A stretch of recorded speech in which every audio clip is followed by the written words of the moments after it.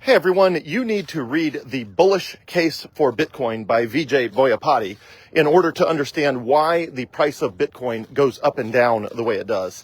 If you do not read that book and you don't understand Bitcoin's price cycles, then it seems random to you. It seems like, as one person told me, the price of Bitcoin goes all over the place like a drunken sailor.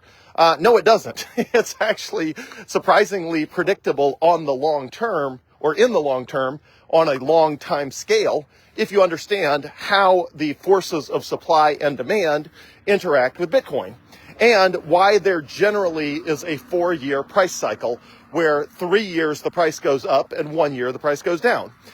So the 3 up years were 2011, 12, and 13, down in 14. Up years 15, 16, up years down in 14, up years in 15, 16, and 17, 2017, down in 2018, up in 2019, 2020, and 2021, down in 2022, up in 2023, 2024, and we expect 2025. And why there might be, we don't know, but there might be a price correction in 2026. Now, maybe the Bitcoin exchange traded funds, the Bitcoin ETFs that were launched in January, mean that there won't be those price cycles anymore. And we're in something called the super cycle. And that could be the case. We don't know. But what is important is that you understand why Bitcoin behaves the way it does. Because if you understand it, it's like reading a parenting book, right? If you read a really good parenting book, it helps you understand why your kids behave the way they do. And that can help you adjust and accommodate and, take action appropriately based on why your kids behave the way they do. Well, the same is true of Bitcoin. Its price movements are not random. They're based on supply and demand in the short term, which often is difficult to figure out why the price goes up and down any hour or any day or any week. But over the months, quarters, or years, you can figure out, for the most part, why. Now, you don't know how high it's going to go or how low it's going to go. So it's not like you can time the tops or the bottoms. Nobody can tell you where the tops or the bottoms will be on Bitcoin, because that's unknowable. As they say, don't time the market. And the reason they say don't time the market is nobody knows when exactly the highs and lows are going to be, and nobody also knows exactly how high the highs will be or how low the lows will be. You just know that at some point, if you have a sense for why Bitcoin behaves the way it does, then you will be prepared and it won't seem strange to you when the price does go up and down. So, for example, after 2021, when the price went through a price correction in 2022, if you had read The Bullish Case for Bitcoin, you knew why it was doing what it was doing. You didn't know how far it was going to go down. You didn't know how fast it was going to come back up, but you knew it was going down and it would come back up. So at least you could be prepared for it. Again, it doesn't let you time the exact timing. It doesn't let you find the exact top or bottom, but at least you know why things are happening. So for example, it's the equivalent if you're, far out at sea and there's a major storm.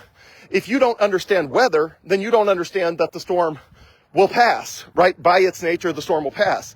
But if you have no idea what the weather is and you're out at sea and you get hit by a storm, it's easy to assume, oh, maybe this far out at sea, there's always a storm.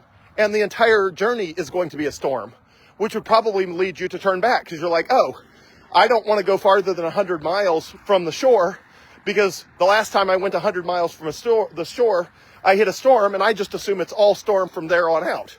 Well, the truth is, of course not. Storms come and go. And if you're in a storm and you wait long enough, you're going to get out of the storm. Well, if you understand that, then when a storm hits you on the high seas, rather than turning back, you understand, hey, we have to ride this one out. And here's how we ride this one out. And this too shall pass. And we will have clear skies and a wind for sailing and all that sort of stuff. So reading The Bullish Case for Bitcoin is very similar in that when there are storms in the world of Bitcoin, whether or not there is a price correction in the second half of 2025 or sometime in 2026, nobody knows. But if there is one, you'll know what it feels like. You'll know why it's happening. You'll know why humans behave the way they do. And all of that is covered in Vijay Boyapati's book, The Bullish Case for Bitcoin. It's probably, usually for beginners, I recommend a book like Inventing Bitcoin by Jan Pritzker, I think. I forget. It's Pritzker. I can't remember his first name. I think it's Jan Pritzker, Inventing Bitcoin. That's great for beginners, but if you own Bitcoin, you're a ways down the journey. You're starting to have significant amounts of assets at stake, in Bitcoin, then it's worth understanding why it behaves the way it does, so that you don't freak out if there's a price correction, so that you can take advantage of it if there is a price correction, so that you know why price corrections will always pass and the price will always eventually go higher. Those are all things that are covered in the bullish case for Bitcoin, that if you have not read it, then, like I say, you're sort of at sea, you hit a storm, you think maybe storms are always, this far out at sea, they always are here, and it's just a lot harder to stay rational if you don't understand why the weather does what it does. And if you do, it doesn't let you predict the weather perfectly, but it lets you prepare for it, plan accordingly, and weather it. Weather the storm.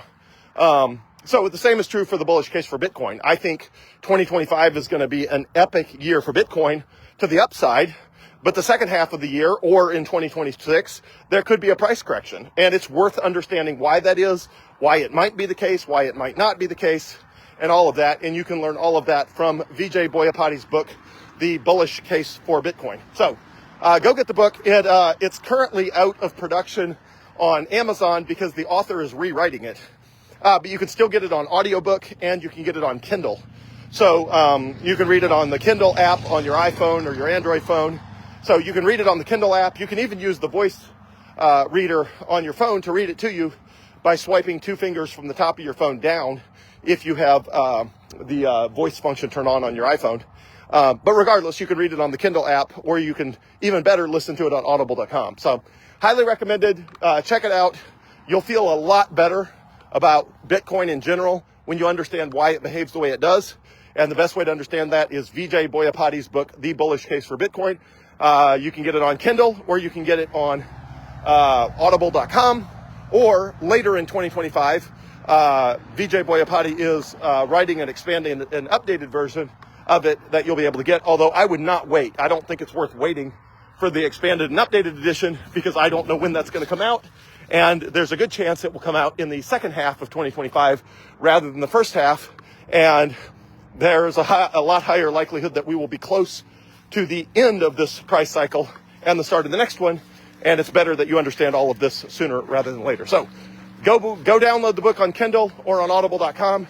Great book, highly recommended. You'll feel like you have a much better understanding of why technology behaves the way it does, why Bitcoin behaves the way it does, and why Bitcoin goes through price cycles the way it does. So highly recommended. It's the #1 book about Bitcoin that you should read in 2025.